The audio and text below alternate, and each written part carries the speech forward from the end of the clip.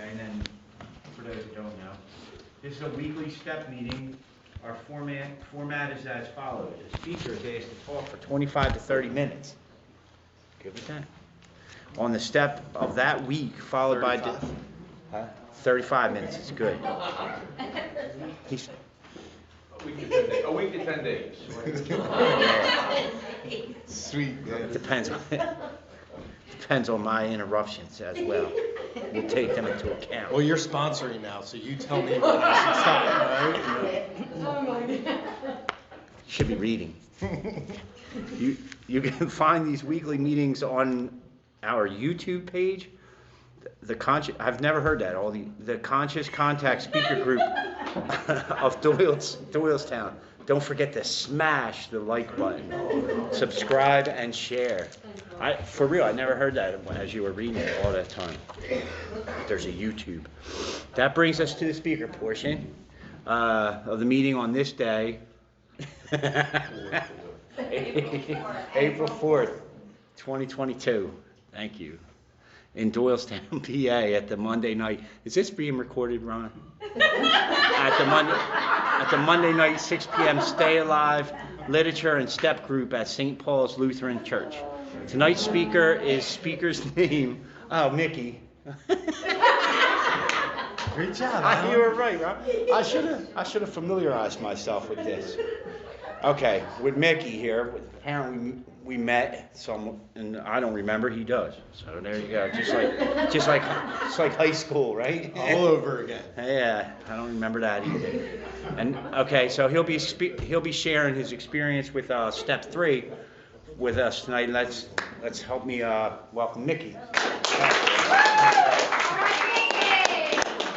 you gonna stand? Oh, yeah. Good. So my name's Micky. I'm an alcoholic. Micky. Alan, thanks for the beautiful introduction. Seriously, I did not get sober to not have fun. Ron, thanks for all you do. This guy gives me more hope and service commitments than anyone I know. So, it's great. He helps me stay sober. And Teresa is actually the one that reached out to me. So thank you, Teresa, wherever you are right now. I am an alcoholic. The last time I was here in Doylestown speaking, I didn't get to say this. So I do have a sobriety date. It's September 17th, 2012. I do have a home group, and the one thing I get to change this time is I do have a sponsor. Because the last time I was here was the first time I actually had spoken since my sponsor had passed away. And it was tough. I started getting teary-eyed about it because I wasn't ready for that. I'm ready for everything on a daily basis, which is awesome that I get Step 3. But I do have a sponsor now, and he knows he's my sponsor, and we talk almost every single day. And that feeling in my heart and in my stomach that I get from having someone who sets me straight when I start going a little nuts in the head, right? So grateful to be an alcoholic, because I would not have the life that I have right now. What I had to go through to actually be willing to do something about it sucked, right? Fun in the beginning, lots of problems at the end, but so grateful to be an alcoholic. I'll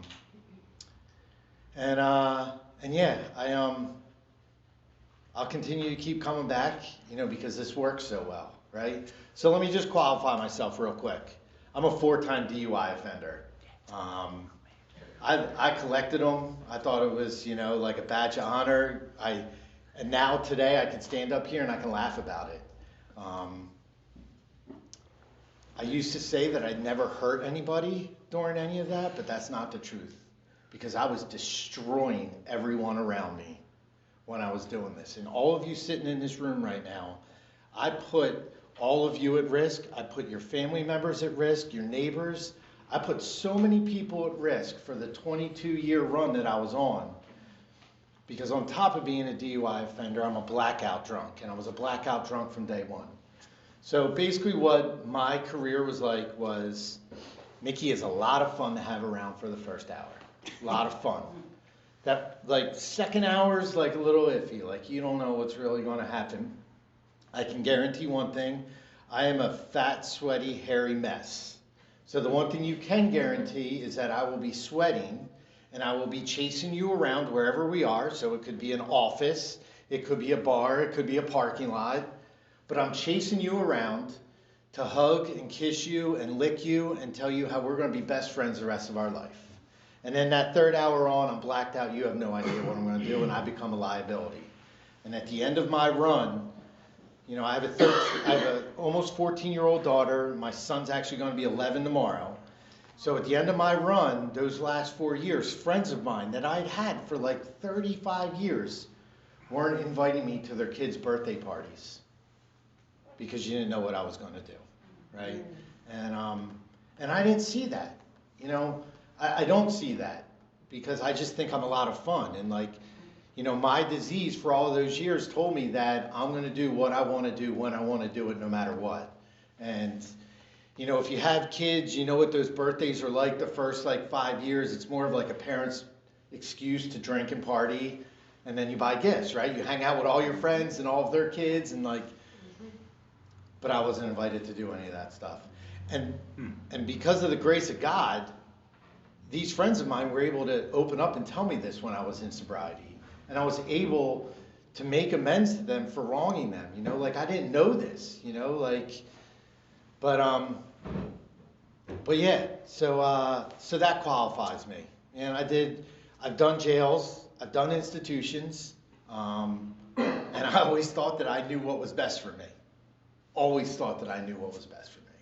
Even though I ended up going to jail. Even though I ended up wasting, you know, $55,000 of savings, you know, money, the stress, all the problems that I caused my wife. I mean, not only did I take a hostage, like I tortured this woman, like tortured her, and she never left. She never left. And actually, my fourth DUI is September 16th, 2012, the day before my sobriety date. And I was in a police station at 4:05 being arrested, and I was supposed to be at Philadelphia International Airport baggage claim picking my wife up, who I hadn't seen for 10 days. I hadn't seen my kids, my two kids or my wife or mother-in-law for 10 days, and I was supposed to be at the airport picking them up, and I was in a police station, and the phone rang, and the cop was like, "You want me to tell her what's going on?" And I was like, "Yeah," and he said, "Mrs. Hurley, this is not your husband, this is Officer Keevil. Your husband's being arrested for a DUI. Find your own way home from the airport," and hung up on her. So just like I stood up here and I told you that I am so grateful to be an alcoholic, that was the best day of my life. And I can say that now with honesty and a pure heart, because that day I realized that I was an alcoholic drug addict. And that day, you know, I was like, all right, now I need to get some help. And 31 days later, like a great alcoholic, I finally walked into a meeting because I thought I knew what was best. So I was trying to like save as much money as I could so that when I went back to jail, my wife wouldn't lose the house, the cars, and all of that. But I was in worse condition. I went to a meeting. I ended up meeting my sponsor that night. And I walked into this meeting, man, these people were happy, joyous, and free. I was angry, pissed off, and scared. And I was scared. I didn't know if my wife was going to leave me. I didn't know, like, I thought I'm going to get maxed out. Like, I'm done. Like, this, I can't do this. And quite frankly, I didn't really want to live the way I was living. So I would have been fine if I went out. And, but I didn't, because God had a plan for me. And I just didn't know what that was yet. And so I met this gentleman.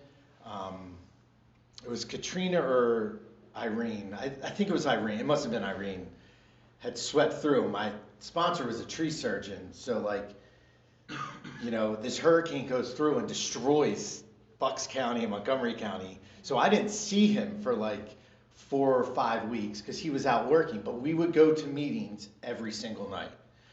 And we would talk recovery, and we would talk recovery, and we would talk, and we would go to meetings and meetings and meetings. And then we started getting into the work.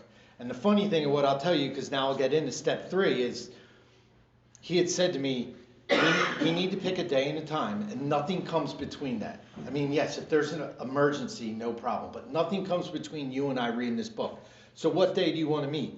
And I'm like, well, I don't want to do Thursday, Friday,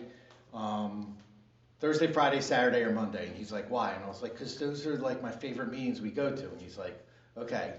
So the real work isn't in the meetings. The real work's in this big book. So if you don't want to do that, and you don't want to set time away to do that, then good luck. I said, he's like, so when are you available? I was like, any day of the week. Like, let's do it, right? He was not soft on me at all, and I needed someone that was hard. I was too stupid to read this book by myself and to do this. Like, I needed someone to help me out to do this. And that's what this complete stranger was willing to do. So when we started reading step 1, he was like, yeah, I think you definitely realize that you're powerless here, right? And we did 1. And then 2 came, and we had many, many conversations about God. So I was absolutely willing. But then we got to 3, right? And the way 3 was presented to me at a meeting one time, not from him, was very simple of, 1, 2, and 3 was, I can't, he can, let him. And that let him piece, right? And that step 1, 2, and 3 is, an admission, a consideration, and a decision, right? So he can, if I make the decision to, then he can. And the thing about step 3 for me, besides that prayer, and we'll get into the prayer, I'll get into the prayer a little bit and how it works for me, is I have a decision every single morning that I wake up. If I'm blessed that God allows me to wake up, I can make a decision to get on my knees and say these prayers. And I have a chance every single day to do this. But that's a decision that I get to choose to make. So for me, step 3, and the way he presented it to me was, that's the first thing you do when you wake up. That's the first thing you do. You don't go have a cigarette. You don't go downstairs and get coffee. You don't go to the bathroom. You get on your knees and pray. And I was like, okay. And he's like, if you do that, you are starting your day off handing everything over. And I was like, okay, so what am I handing over? And he's like, everything. And I was like, what do you mean everything? He's like, your thoughts, your actions, your words, the way you treat people. You were handing that all over because you are not in control anymore. And so when we got to step 3 in the big book, he wrote out on a piece of paper with a Sharpie that says, good morning. This is God. I will be handling all of your problems today. I do not need your help. Have a great day.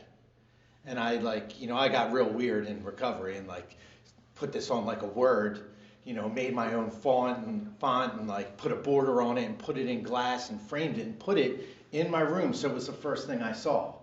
So all those mornings that I wake up, right, all these little things that I do lead up to this great thing of recovery.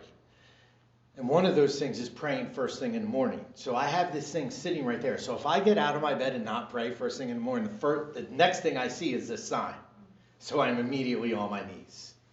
And he would say to me, why would you stop doing something that works so well for you in your life? I'd be like, well, yeah, it makes sense. Why would I stop doing this? Because when I do, it's self-will run riot. When I do, it's self-centeredness. When I do, I'm being an egomaniac, and I'm deciding that God is not going to control my day. I'm going to, because I know what's best. But then it's very easy for me, being a 4-time DUI offender and a bunch of stints in jail, to think about what happens when Micky decides to run the show, right? In our 3rd step, it talks about, being driven and run by 100 forms of fear, self-centeredness, self-deception, and that's what happens, whether I want to believe that or humble myself and admit this, that is what happens when I run the show, right? Because I want you to like me. So I'm going to lie to you to make sure that you're getting the answer that you want, right?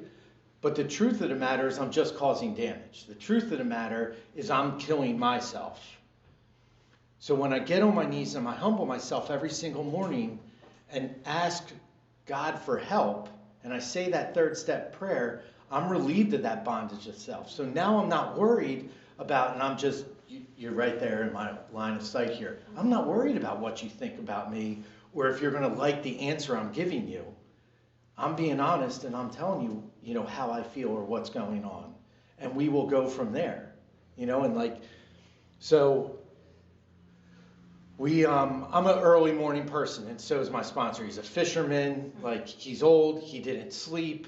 So we would meet at 6:30 every Saturday morning at West Swamp Mennonite Church, and we would go upstairs and we would read.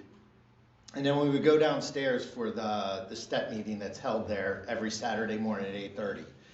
And it was just such a beautiful way to go through that book and to start my weekend off, right? And so we get to how it works. He never let me read the book. I wanted to read, but he read to me so that I could highlight and underline and stop him and ask him about things. And so we start reading how it works. Well, we read this in almost every single meeting. So he's like, all right, Mickey, now it's your turn, read this, right? And we read it, we got to the end, and then he took over. And then we got to the prayer, and he said, pick up your big book and come with me. And we walked into the sanctuary, and we got on our knees next to each other, in this sanctuary at this church at like 7:15 in the morning, and we said the third step prayer together. And that day is the first day that I can really remember like a weight being lifted off of me. And it actually talks about it in there that it comes to some people right away. Some people it takes some time. But for me, I felt that right away. And that was how it was explained to me, was that's because I was willing to do whatever it took. I was willing every single morning to make a decision to get down on my knees and humble myself and ask for help. And then all of those things were lifted. And I knew walking out of this. So then we went downstairs to the meeting. I walked out of there. And I drove home differently than I had ever driven home before. Now, I'm about 4 months sober at this point. And I'm feeling great. Like, I'm getting ready to go to jail. And I'm like smiling and happy. Like, I don't have any money at all. And I am smiling and happy. And I remember driving home on Allentown Road, and it's real windy, and just looking at the beauty of the world around me, instead of being so self-consumed about what I think is best for me, right? And that's an experience I try to give to everyone else, and everyone that I can that I get to work with in this program, I try to give them that same thing. So God saw fit to give me a home group, to give me a key to a church, and to allow me to then ask for the master key so that I can get into the sanctuary to do this same thing for everybody else. And I tell every single one of them, look, you might not have this experience. That's okay. But this is how I did it. This is how I went through it. And I would like for you to do this with me. So getting on my knees and praying that third step prayer with somebody else, it's a beautiful experience, and I've cried sometimes, and I'm not embarrassed to cry at all. Like, dude, like, I got emotions now, man. I'm not a big, fat, sweaty, hairy mess anymore, but like, I cry and get wet now, and I'm okay with that, because I'm being honest, and this is what's coming out of me, right? So that prayer, so God, I offer myself to Thee to build with me and do with me as Thou wilt, right? So God is building in me this strength, this understanding, this willingness to continue to do whatever I need to do, right? Because when I take self-will back, I do bad things, right? And so I have to be willing to do whatever it took. So my sponsor had said to me, he'd asked me one night, Mickey, what's the most important thing in your life? I was like, I got this answer. It's going to be the first answer I get right. And I was like, my wife and kids. And we were in my house when he asked me, and he started laughing at me. And I'm not talking a chuckle like you guys are all doing with all my airy, sweet jokes. I'm talking about a deep belly laugh in my own house. And all I could think of is how disrespectful this man was being, right? So I kick him out. I'm a good alcoholic, so I kick him out of the house. And I didn't kick him out until he said, recovery is the most important thing in your life. And what he was trying to explain to me is because without recovery, I don't have my wife and kids. So the first two things I say to him, I won't have if I don't have my recovery. And, he said to me, are you willing to do whatever it takes? Absolutely. So I'll share with you a little story about this, right? He calls me up. It's my daughter's birthday. Her birthday's in the summer. We're at a pool party at my mother-in-law's house. And he calls me and says, Mickey, I just got asked to chair the meeting at Penn Foundation tonight. Meet me up there at 6:15. You're speaking. And I was like, Rich, I'm at my daughter's birthday party, bro. Like, we're getting ready to open gifts, man. Like, and he says, just remember why you're able to celebrate your daughter's birthday party, and hangs up the phone. Now that was not, to me, that was not a guilt knife put in my back and twisted. To me, and what I got from that was I was so quick to not even to try to make it work, to not even be willing to do whatever it took for my recovery, because that's what I wanted to do. So I prayed on it. I went to talk to my daughter, and I said, baby girl, Rich needs me to go help some people. Would it be okay if I leave the birthday party? And she was like, the first and only thing she said to me was, are you going to come back? And I said, absolutely. And she said, well, Dad, go help some people. And I picked up the phone and I called him and I said, dude, I'll see you at 6:15. And I went up there and I spoke to these people who are sitting in a rehab. You know, they're not out at a pool party enjoying their families. They're sitting in a rehab thinking their life's over. And I was given this opportunity to pass this message on. I told him on the 19th of October, 2012, that I was willing to do whatever it took for my recovery. And that's what I went and did. So on a daily basis, God is building with me and doing with me as He will, not what I want to do. Relieve me of the bondages of self. Well, dude, I think that's pretty clear, right? I mean, when I decide to do what I want to do, man, I am dying inside, like dying. And it might not be fun, and it might not be the coolest part about it, but I'm doing what God will have me do.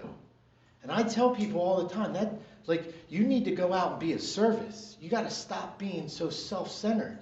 And that doesn't mean it has to be an alcoholic. It could be the old lady, you know, in the parking lot that needs some help with, like, you know, her car getting stuff in there. Like, I love this because I'm a husband and a father. Like, being in the grocery store, and I have, you know, the mom behind me with 3 kids in the car, the 2 kids in the cart that are screaming and yelling because all they want is candy and mommy's telling them no. So they're losing their minds. I've waited 10 minutes to get up to my turn in the grocery store, and I turn around and I'm like, why don't you go ahead first? You know, go ahead, get out of here so you can get your kids home. And, like, because I understand what that's like, right?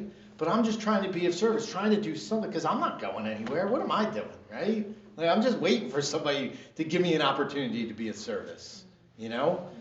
And, you know, so I'm relieved of that bondage of self if I give myself over. So every single morning I get that opportunity to make that decision.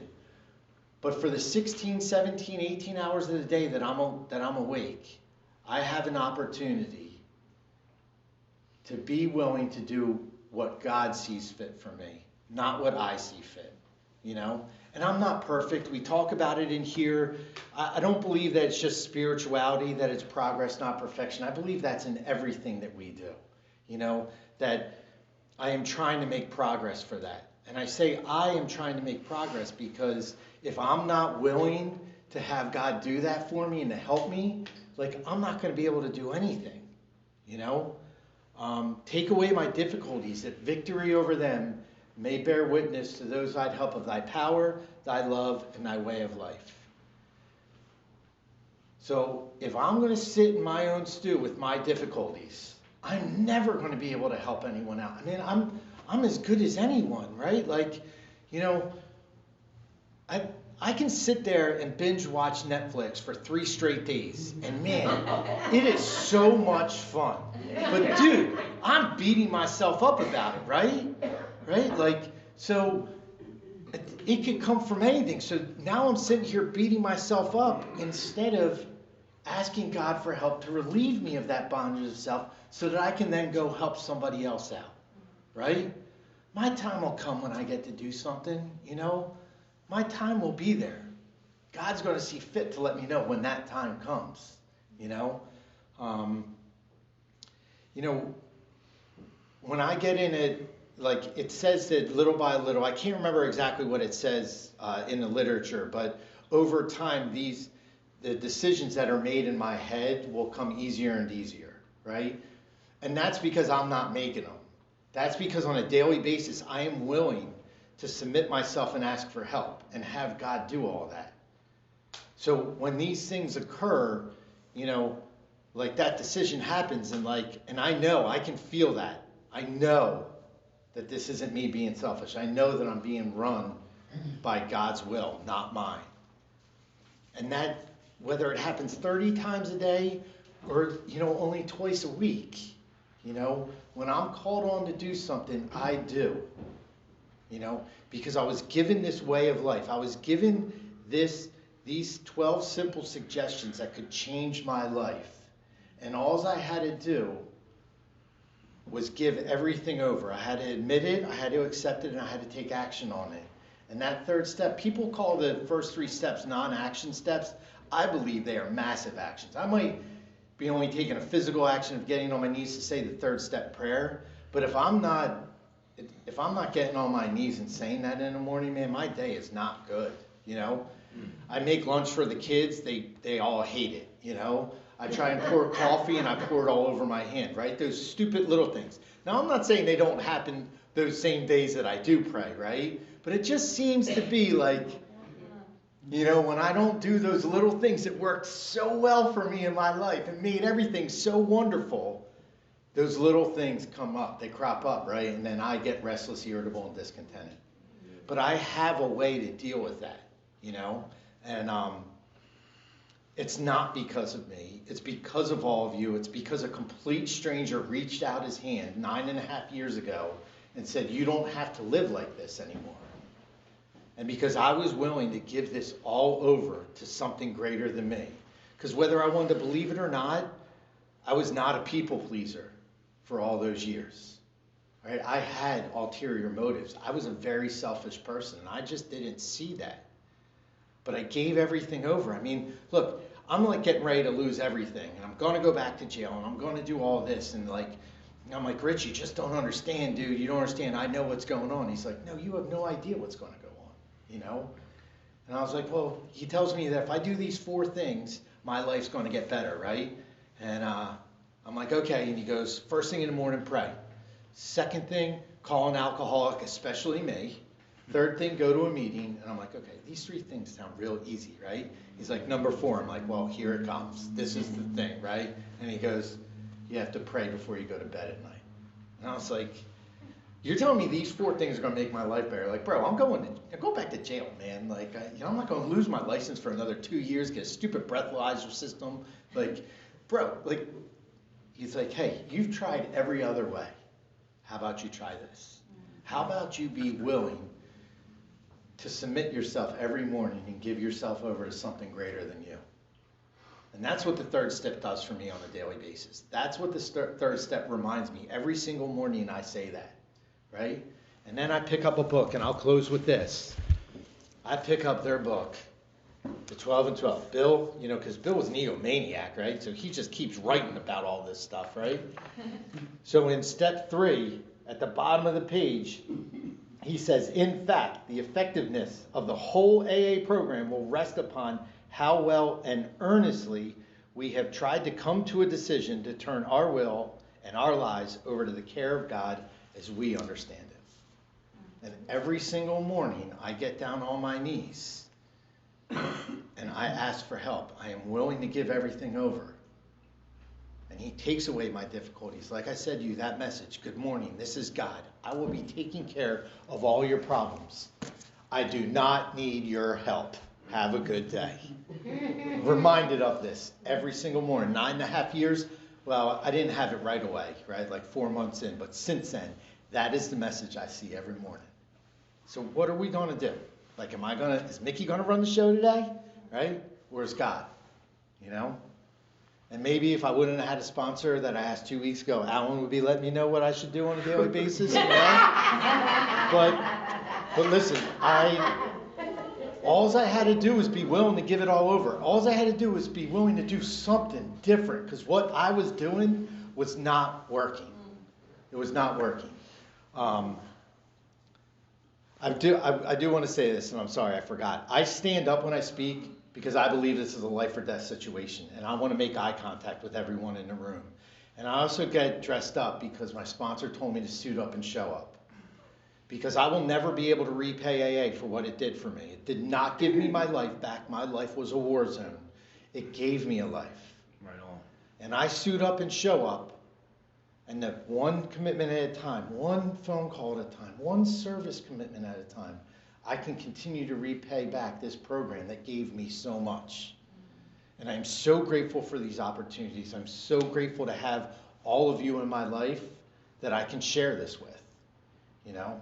So I will continue to trust God, clean house, and help others, and I will continue to keep coming back. My name is Mickey. I'm an alcoholic. Thanks for letting me share.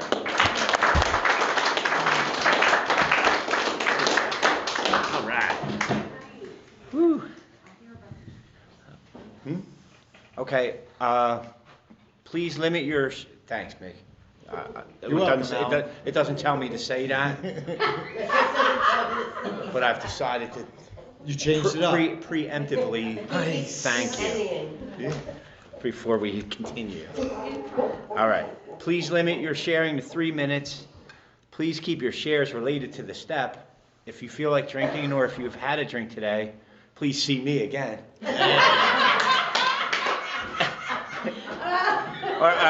Or you can speak to someone else after the meeting.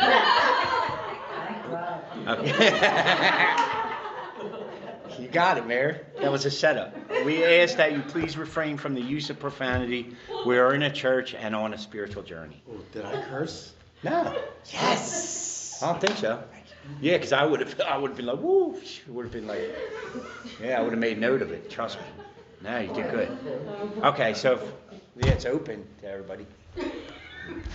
Oh, he was recording that.